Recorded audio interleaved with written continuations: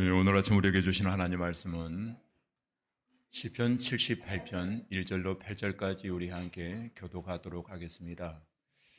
오늘 아침 우리에게 주신 하나님 말씀을 함께 우리 교독할 때 세미하신 주의 음성이 여러분 모두의 귀 전에 들려지기를 주님의 이름으로 기도합니다. 1절을 먼저 읽겠습니다. 내 백성이여 내 율법을 들으며 내 입의 말에 귀를 기울일지라. 내가 입을 열어 비로 말하며 예로부터 감추어졌던 것을 드러내려 하니 이는 우리가 들어서 아는 바요 우리의 조상들이 우리에게 전한 바라. 우리가 이를 그들의 자손에게 숨기지 아니하고 여호와의 영예와 그의 능력과 그가 행하신 기이한 사적을 후대에 전하리로다. 여호와께서 증거를 야곱에게 세우시며 법도를 이스라엘에게 정하시고 우리의 조상들에게 명령하사 그들의 자손에게 알리라 하셨으니 이는 그로 후에 태어날 자손에게 이를 알게 하고 그들은 일어나 그들의 자손에게 일러서 그들로 그들의 소망을 하나님께 두며 하나님께서 행하신 일을 잊지 아니하고 오직 그의 계명을 지켜서 그들의 조상들 곧 완고하고 패역하여 그들의 마음이 정직하지 못하며 그 심령이 하나님께 충성하지 아니하는 세대와 같이 되지 아니하게 하려 하심이로다. 아멘. 이 시간 통하여 하나의 배 담대히 나아옵니다. 우리에게 이 시간도 영혼을 사모하는 마음을 주시고 구원의 길을 열어주심에 감사합니다. 지난 주간을 돌이켜볼진데 하나님 행복하고 기뻤던 일 또는 힘들고 어려운 일들을 겪으며 광야와 같은 세상을 살다가 이 시간 주 앞에 나왔습니다. 나올 때 어떤 모습, 어떤 형편, 어떤 처지 가운데 나왔을지라도 이 시간 하나님만을 바라보며 하나님만을 의지함으로 말미암아 우리의 마음의 상태가 변화되어지는 귀한 역사 일어나게 하여 주옵소서. 기쁨과 감사로 점철되어지는 귀한 시간 되어질 줄로 믿습니다. 영적으로 갈급한 마음 간직하고 주 앞에 나와싸우니 한 심령도 거저왔다 거저 돌아가지 아니하도록 저들의 발걸음을 하나님 간섭하여 주옵소서. 예수님 이름으로 기도하옵나이다. 아멘. 이 시간 잠시 제가 설교하기 전에 영상 하나 여러분에게 소개해 드리려고 합니다.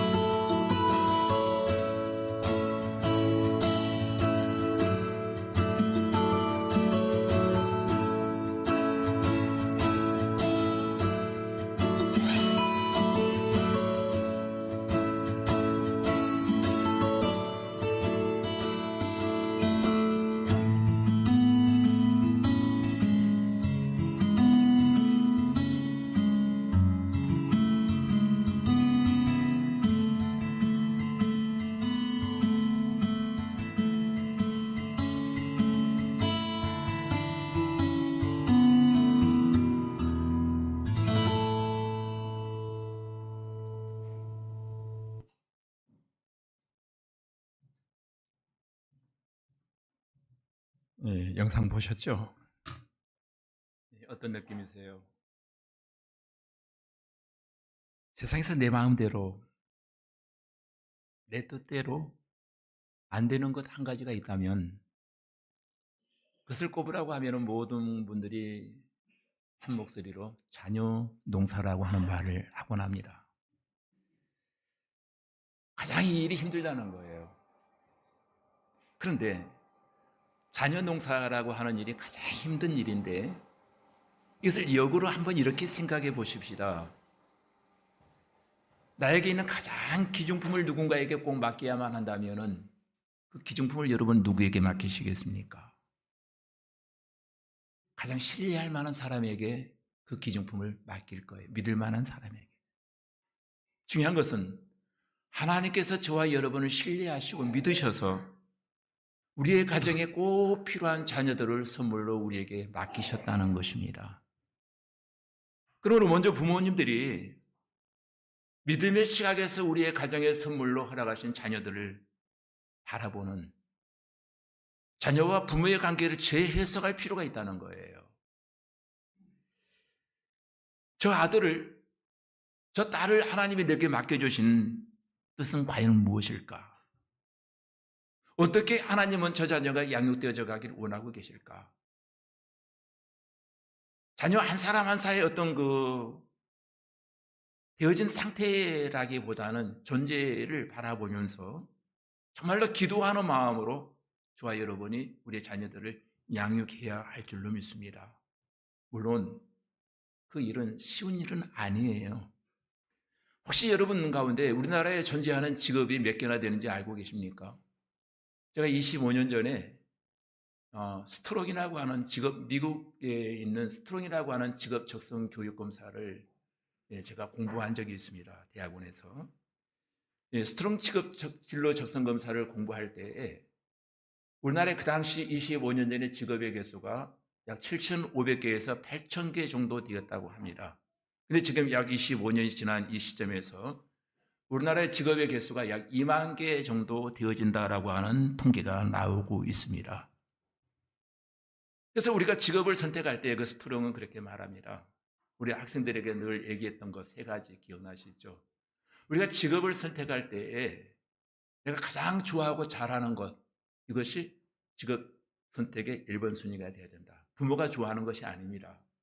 내가 좋아하는 것, 잘하는 것, 그것을 직업 선택 1번으로 삼아야 되고, 그리고 두 번째 결정할 때에는 그 직업이 사회적으로 인정받는 직업인가, 사회적으로 인정받지 못하는 직업이라면 그것은 직업의 군에 들어올 가치가 없다는 것이죠. 직업으로 선택해서는 안 된다는 것이죠. 그 세 번째, 그 직업을 선택함으로 말미암아 경제적 기여, 곧 우리의 가족과 식구들의 생계를 유지할 수 있는 경제력이 유지될 수 있는가, 이 세 가지를 보고 직업을 선택할 때에 요즘 얘들이 많이 쓰는 단어가 워라밸이라고 하는 단어가 있습니다. 워크 앤드 라이프 밸런스라는 말을 줄여서 워라밸이라고 하는 단어를 쓰는데 워라밸이 맞는다는 거예요. 워라밸이 좋아야 된다는 거예요. 곧 일과 삶이, 나의 생활이 밸런스를 맞출 수 있는 직업이 되려고 하면은 워라밸이 이루어지려고 하면은 이 세 가지가 균형을 이룰 때 워라밸이 이루어진다라고 하는 얘기를 아주 25년 전부터 이 워라밸을 주장했던 것입니다. 그런데 이 땅에 존재하는 모든 2만 개 이상의 직업 가운데 가장 극한 직업이 하나 있습니다. 그 직업의 이름을 저는 부모라고 하는 직업이 가장 극한 직업이라고 생각을 합니다. 가장 어려운 직업이에요. 자, 세상에서 제일 어려운 직업이 부모인데, 그래서 이 부모라고 하는 극한 직업을 어떤 학자가 이렇게 해석을 하고 있었습니다. 직업 중에 가장 극한 직업이 부모라고 하는 직업이라고 하면서 부모와 자녀 관계를 지뢰받기의 연속이다. 이 말이 이해가 가십니까?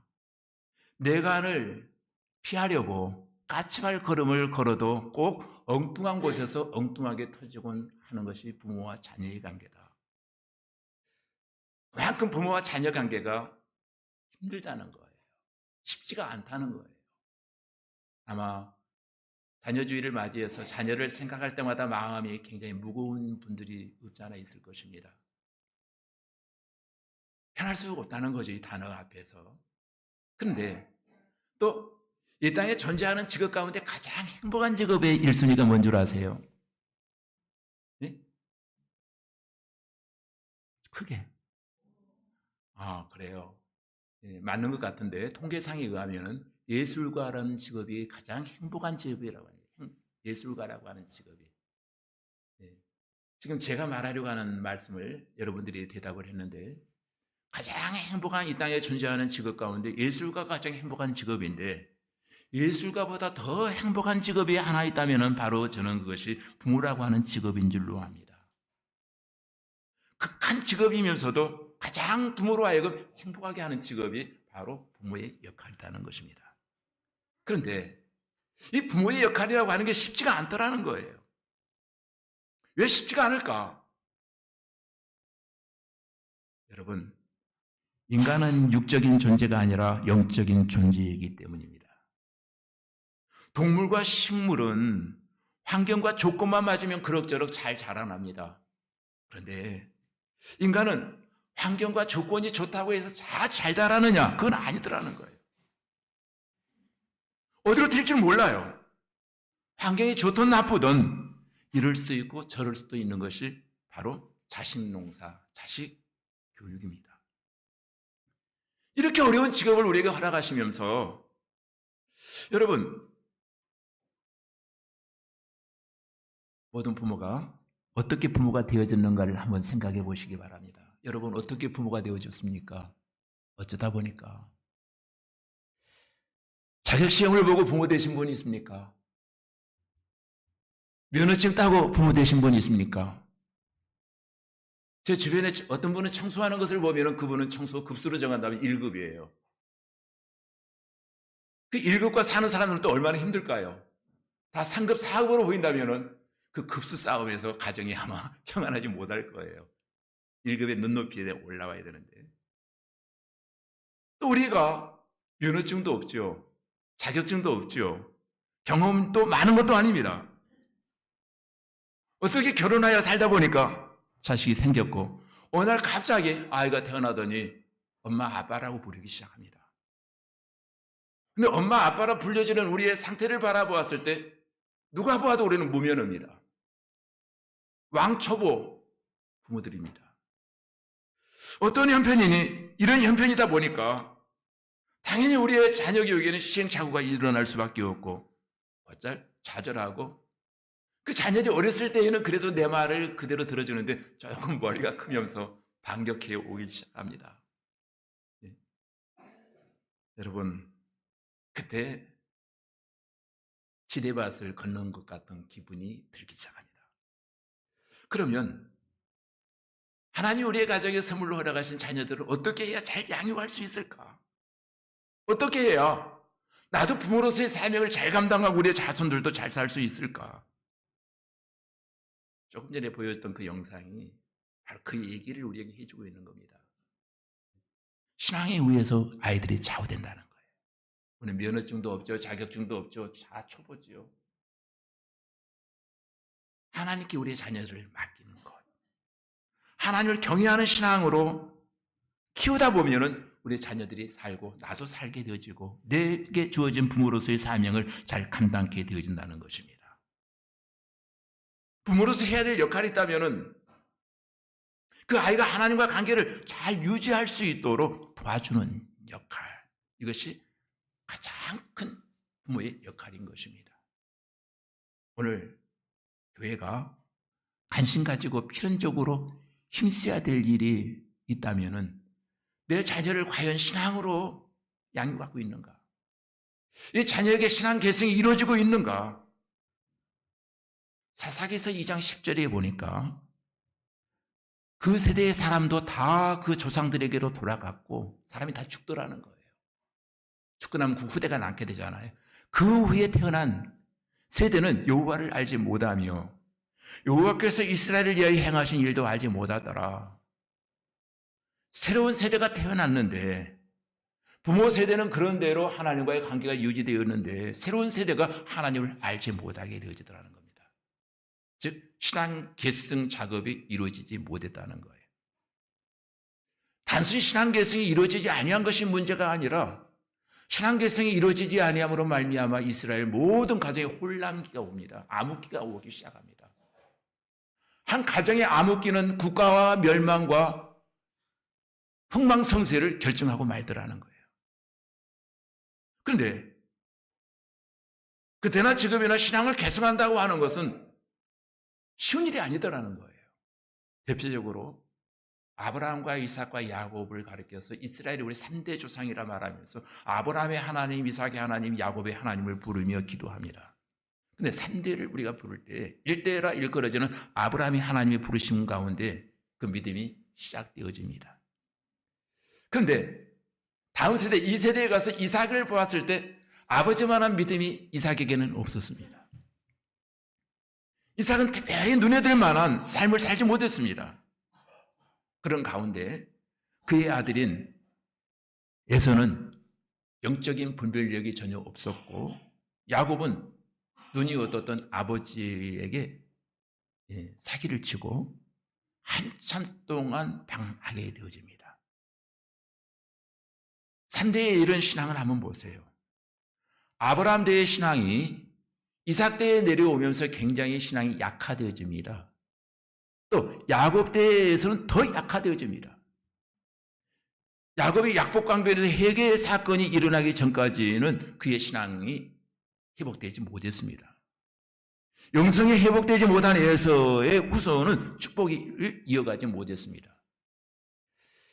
그래서 사사기의 혼란이라고 하는 것은 믿음의 대를 이어서 개선되지 못하고 있을 때 영적 혼란기가 찾아오더라는 거예요. 가정에서 오늘날 일어나는 모든 갈등도 사실은 영적인 갈등들이거든요. 영적인 혼란기가 우리의 가정에 찾아오면은 부모와 자녀 사이에 부딪힘이 많아지고 부부 사이에도 자꾸 갈등이 많아지고 지금 세대와 다음 세대가 자꾸 다른 세대가 되어져 가려고 할 때 영적인 반목 관계가 지속되어져 간다는 것입니다. 그러다 보니까 사사시대의 그 혼란, 이스라엘 혼란이라고 하는 것은 영적인 대가 끊어지고 있더라는 거예요. 영적인 대가 끊어지기 시작하면서 이스라엘 전체에 암흑기가 찾아오기 시작합니다. 영적인 암흑기라고 하는 것은 하나님 중심 세대에서 벗어나고 말씀이 빛을 잃어버리고 말더라는 거예요. 오늘 저와 여러분은 영적으로 날마다 깨어있는 삶을 살아야 될 줄로 믿습니다. 깨어있는 삶을 살기 위해서는 말씀을 자꾸 들어야 되고 기도해야 되고 말씀을 듣고 기도해도 내 마음에 영적인 감동이 일어나지 않는다면 내 마음의 영적인 어두움 상태에 있다는 것입니다. 그러나 저와 여러분이 영적으로 깨어있는 상태가 되어지면 말씀을 들을 때마다 깨달음이 오고 도전이 오고 마음에 영적인 파장이 막 일어나기 시작합니다. 맞아, 그렇게 살아야 되는데 저렇게 살아야 되는데. 그런데 영적으로 깨어있지 못하고 영적으로 저와 여러분이 무뎌져 있잖아요. 그러면은 어떤 말씀을 들어도 깨달음이 오지 아니하고 괜히 송곳으로 나를 콕콕 찔러서 나를 시험들게 하고 상처받게 하는 말처럼 들려지기 시작합니다. 예배를 드립니다. 감동도 없고 영적인 파장도 내 마음이 일어나지 않습니다. 영혼을 사모하는 마음도 전혀 없습니다. 그런 이유가 뭡니까? 내 영혼이 영적으로 침체되어져 가고 있다는 사실이다. 오늘 저와 여러분이 이 땅에 살면서 어떤 것을 유산으로 남겨주겠는가를 한번 깊이 묵상해 보시기 바랍니다. 그 어떤 것보다도 신앙을 계승할 수 있는 그 유산이 최고의 유산인 줄로 믿습니다. 그래서 성도의 최고의 사명은 나의 신앙을 자녀들에게 계승해 줄 수 있는 것입니다. 물질보다도. 그래서 이스라엘 탈무드에 보면 그런 말이 있잖아요. 고기를 잡아주지 말고 고기 잡는 방법을 가르쳐줘라. 그것이 부모가 해야 될 일이다. 부모가 자녀에게 주는 최고 유산은 무엇보다도 내가 내 대에 믿었던 그 신앙을 자녀들에게 계승시켜 줄 수 있다면 그 신앙을 유산으로 물려받은 자녀의 미래는 왜 자꾸 성경은 신앙을 유산으로 계승하라고 말하는가 하면은 신앙의 유산을 계승받은 그 자녀의 미래를 하나님이 보장해 주시고 책임져 주신다는 거예요. 우리는 죽어서 땅에 묻힐 것입니다. 묘지 앞에서 어느 날 명절이 되면 자녀들이 한 번, 두 번 찾아올 것입니다. 우리는 다 땅에 묻힐 거예요. 나는 땅에 묻히지만은 영원하신 하나님 우리 자녀들의 미래에 살아가는 세대를 책임져 주시고 보장해 주신다는 겁니다. 땅에 묻혀 있는 나는 자녀를 위해서 할 수 있는 것이 아무것도 없어요. 그래서 잠언서 22장 6절에 보면은 마땅히 행할 길을 아이에게 가르치라. 그리하면 늙어도 그것을 떠나지 아니하리라. 신명기에서 6장 4절로 6절에 보면 세마라고 하는데 자녀들이 앉았을 때든지 걸어갈 때든지 부지런히 가르치라. 부지런히. 어렸을 때부터 철저할 만큼 신앙으로 아이들을 무장시키라는 겁니다. 왜? 어린 시절부터 신앙교육을 강조할까요? 아이들이 조금 머리가 크면 말을 들으려고 하지 않아요. 성도도 초신자 때는 말을 잘 듣죠. 조금 머리가 커지면은 절대 말을 들으려고 하지 않습니다. 자기 생각, 자기 의지를 자꾸 표현하려고 합니다. 또한 부모는 가정에서 자녀들에게 신앙의 좋은 모델이 되어줘야 된다는 거예요. 여러분, 자녀를 키워보니까 어떻습니까? 내가 알고 있는 좋은 지식으로 가르쳤다고 해서 가르친 대로 아이들이 성장합니까? 아니에요.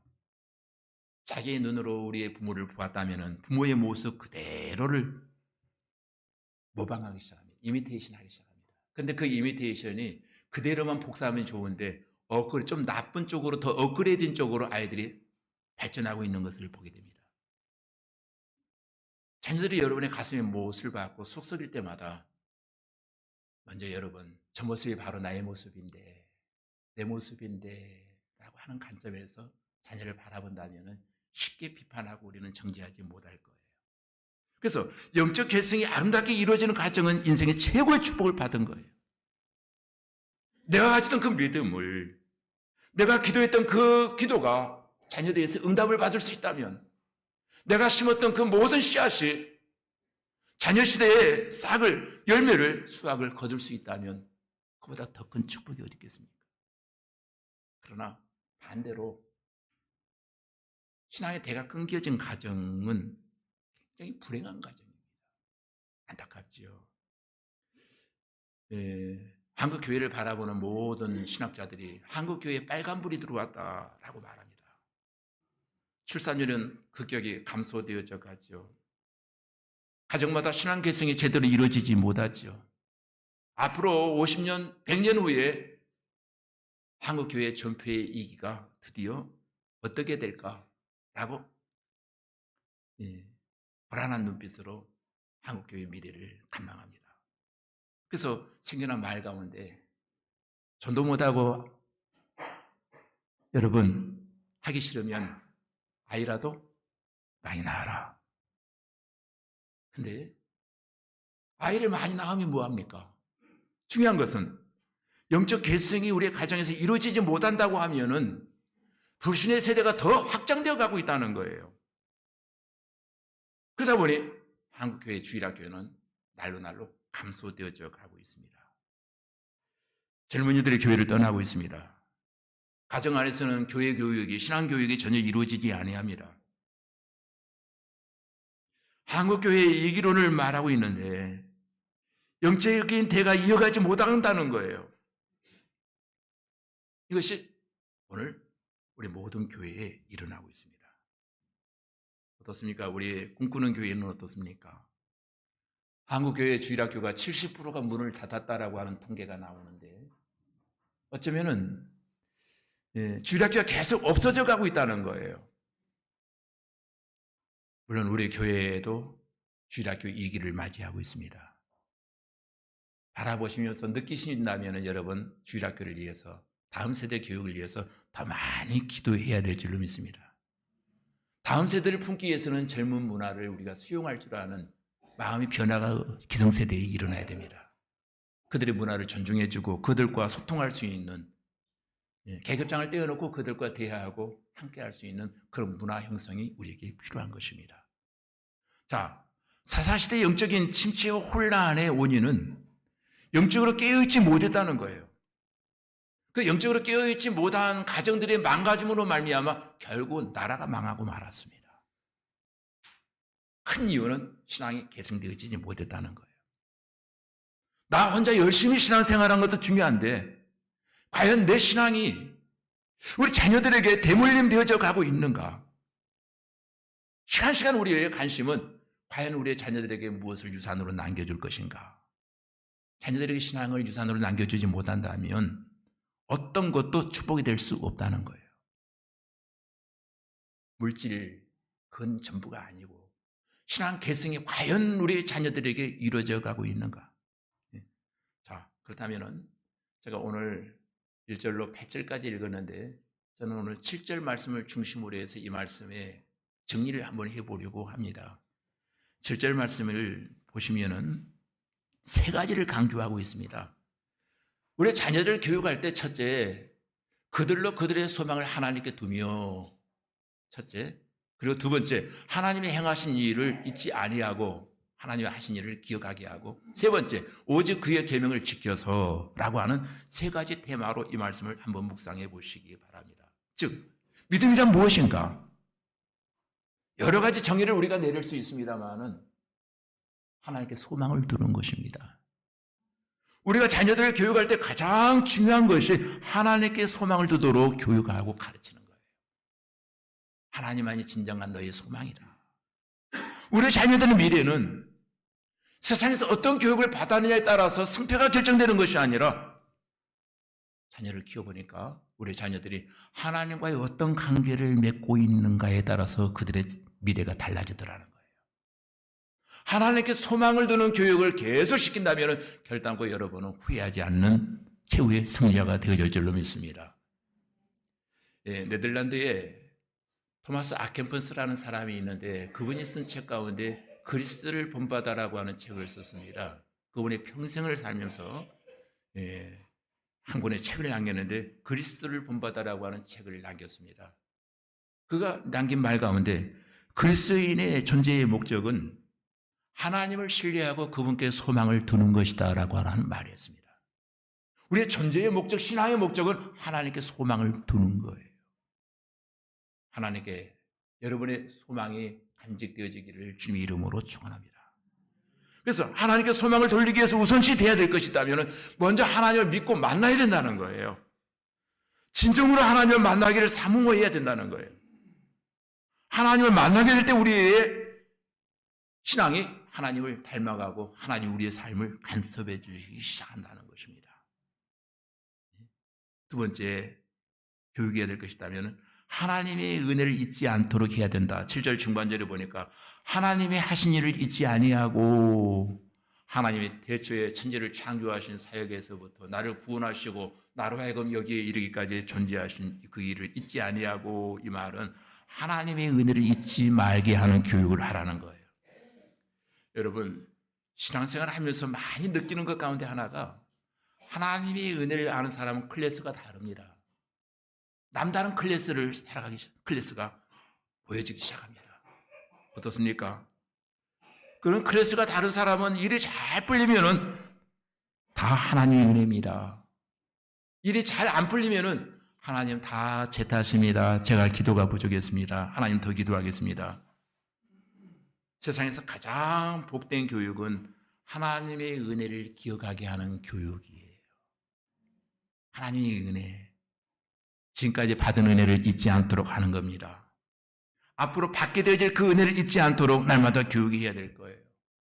하나님 안에 있으면 하나님이 분명히 복 주셨고 지금까지도 또 지금도 복 주시고 앞으로도 더 큰 복으로 너를 책임져 주실 것이다. 그 은혜를 잊지 말자, 이 교육을 시켜야 되고, 또 세 번째는 하나님의 말씀을 지키도록 교육해야 된다는 거예요. 7절 하반절에 보니까 이렇게 말합니다. 오직 그의 계명을 지켜서. 신앙교육의 목적 중에 하나가 말씀에 순종하는 백성을 만드는 거예요. 우리 가정주의를 맞이하면 에베소서 6장 4절 말씀을 우리 많이 묵상하고 암송하기 시작합니다. 또 아비들아, 너희 자녀를 노엽게 하지 말고, 부모라고 하는 건세로 막 자녀를 노엽게 하는 사람들이 있다는 거예요. 그렇게 하지 말래요. 그러면 절대 부모와의 관계가 망가져 버린다는 거예요. 자녀들을 노엽게 하지 말고 어떻게 하라는 거예요? 그러면 주의 교양과 훈계로 양육하라. 여기 주의 교양으로 양육하라고 하는 말씀은 하나님의 방법으로 자녀를 양육하라는 거예요. 도대체 우리 주님께서 가르쳐주신 방법이 뭘까? 주님께서 본을 보이신 방법이 하나 있습니다. 남의 섬기는 그 모습, 남에게 봉사하는 그 모습, 친히 제자들의 발을 씻어주신 그 섬김의 도를 예수님은 우리에게 보여주셨습니다. 하나님의 선물을 우리의 자녀를 주셨다면 그 선물을 섬기는 마음으로 자녀를 양육하라는 거예요. 선물을 내가 막 지배하고 다스리려고 하지 말고 섬기는 마음으로, 봉사하는 마음으로 자녀들을 양육하라. 부모들의 자녀들을 교육할 때 그런 마음으로 하라는 거예요. 그런 말이 있습니다. 자녀들은 부모가 말한 대로 살지 아니하고 행한 대로 산다. 행한 대로 산다. 우리 부모로서 부모의 권세로 말하기는 쉽습니다. 그러나 말만 가지고 교육이 되어지지 않는다는 거예요. 나에게 과연 부모로서의 어떤 모범적인 행동이 있었는가? 이것을 곰곰이 생각해 보라는 거예요. 또 여러분의 자녀들이 신앙적인 자녀가 정말로 되기를 원한다면 먼저 저와 여러분이 신앙의 본을 보여줘야 된다는 거예요. 적어도 3가지 본은 보여줘야 됩니다. 신앙인 부모로서 기도하의 본을, 인생의 난제를 만났을 때마다 우리 부모님 기도하고 있더라. 영혼이 공부할 때마다 하나님의 말씀을 읽고 있더라. 그리고 어떤 일이 있어도 주일날 하나님 앞에 나가서 예배드리더라. 적어도 이 신앙의 기본기인 3가지는 늘 보여주라는 거예요. 그리고 누군가를 향해서 봉사하고 나눔의 삶을 실천하려고 애쓰시더라. 그래서 부모들은 이런 부모들을 바라보면서 자녀들의 행동이 달라지기 시작한다는 거예요. 예를 들면 이런 겁니다.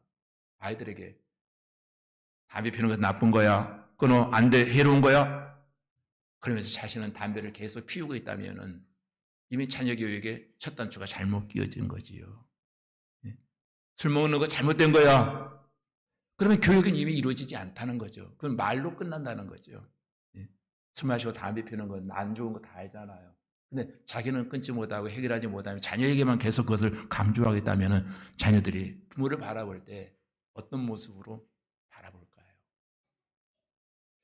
근데 또 중요한 것은 그분들이 주일이면 성경을 끼고 교회를 가면은 자녀들은 더 혼란이 오기 시작합니다. 도대체 신앙이란 뭘까? 이런 교육으로 안 된다는 거예요. 그래서 주의 교양과 훈계로 양육하라. 하나님의 방법, 하나님의 말씀으로 양육하라는 거예요. 세상에서 살아남기 위한 생존교육 분명히 자녀들에게 필요합니다. 영어 교육도 필요하고 음악 교육도 다 필요합니다. 사람과 좋은 관계를 맺는 관계 훈련도 필요합니다. 그러나 더 시급하게 가르치고 꼭 가르쳐야 될 내용이 있다면 하나님과의 바른 관계 맺는, 하나님을 교육하는 그 일을 우리가 해야 된다는 것입니다. 말씀을 마치려고 합니다. 1세기 때 로마는 어떻게 천년제국을 이룰 수 있었을까? 천년제국을 이루었다고 합니다. 생각해 보세요. 제도와 법률이 훌륭했습니까? 국가 운영을 위한 매뉴얼이 탁월했습니까? 황제가 탁월한 황제들이었습니까? 아닙니다. 1세기 그 시대의 핵심을 그들은 무엇인가를 알고 있었어요. 1세기의 핵심이 무엇인가? 노마가 될 수 있었던 이유는 1세기의 핵심을 그들은 알고 있었다는 거예요. 그래서 핵심을 알고 있는 그들은 제일 먼저 도로를 만드는 데 투자를 하기 시작합니다. 잘 닦여진 도로를 활용해서 외세가 침입하면 곧바로 나가서, 신속하게 나가서 그들을 제거하고 또 정복하여 천년제국을 이루어 나갈 수 있었다는 것입니다. 1세기 때의 핵심이 무엇인가를 로마는 알아서 천년제국을 이룰 수 있었다는 거예요. 그러는 가운데 17세기의 영국의 엘리자베스 여왕이 등장합니다. 그분이 그런 말합니다. 이제 도로 시대는 끝났다. 도로 시대는 끝났다. 바다를 정복한 자만이 세계를 정복할 수 있다라고 호령하기 시작합니다. 그때 조선 사업을 막 발전시키기 시작합니다. 그 이전까지 노르웨이라고 하는 나라가 해적국가거든요. 사실은 바이킹족이거든요. 그 바이킹족이 살아남을 수 있었던 이유는 3가지 때문에 그들이 살아남게 되어집니다. 초선술이 발전되었습니다. 그리고 남다른 항해술이 있었습니다. 그리고 그 모든 바이킹족들의 마음속에는 탐구심, 미래를 향한 그 어떤 탐험심이 굉장히 강했어요. 그러다 보니까 그들이 바다의 해적이 되어서 바다를 지배하기 시작합니다. 근데 역사를 공부했던 엘리바르스 왕이 11세기에 그런 말합니다. 이제 앞으로 로마의 도로 시대는 끝난 것 같고 바다를 지배하는 자만이 세계를 지배할 수 있다. 바닷길, 배를 만들고 바닷길을 내라. 그런 가운데 1876년 스페인 함대가 쳐들어왔을 때 그들을 완전 전멸시키고 대영 제국을 이루기 시작합니다. 적어도 여자로서 왕이 되었지만은 그 시대의 핵심이 무엇인가를 엘리자베스는 읽었다는 거예요. 이 시대의 핵심은 바닷길이다. 그렇다면 21세기 교회의 핵심은 무엇일까요? 아니, 교회의 핵심뿐만 아니라 오늘 온 세계의 핵심이 하나 있습니다. 교회들은 그렇게 생각합니다. 땅을 구입하고 교회를 빨리 짓고 기도원을 짓고 기도원에서 기도하다가 죽었을 때 공동묘지 묻히기 위해서 교회에 공동묘지를 만드는 것이다. 대부분의 교회가 그런 일을 해왔습니다. 제일 먼저 성전을 건축하고 교육관을 짓고 그리고 기도원을 짓고 그 이후에 이제 죽은 다음에 가기 위해서 교회의 공동묘지를 만드는 것이었습니다. 이것이 21세기의 목적일까요? 아닙니다. 21세기의 핵심은 다른 데 있는 것이 아니고 다음 세대 인재를 키우는 일입니다. 다음 세대 교육. 하나님께서 우리에게 선물로 맡겨주신 자녀들을 생각하면서 과연 그 자녀들을 내가 어떻게 양육할 것인가? 곰곰이 생각해보는 그런 한 주간이 되어지기를 주님의 이름으로 축복합니다. 기도하시겠습니다. 하나님, 우리에게 또 하루라고 하는 선물을 허락하신 은혜에 감사합니다. 오늘도 거룩한 성일 아침 우리가 다음 세대를 위하여 꼭 해야 할 일이 무엇인가를 깨달아 알게 하여 주시오니 감사합니다. 하나님, 우리의 자녀들이 참으로 다른 세대가 아니라 오직 하나님 중심의 신본주의 세대가 되어져 가기를 원합니다. 나의 믿음을 튼튼히 하고 하나님 우리의 자녀들에게 신앙의 유산을 잘 계승해 줄 수 있는 참 지혜로운 부모들이 다 되게 하여 주옵소서.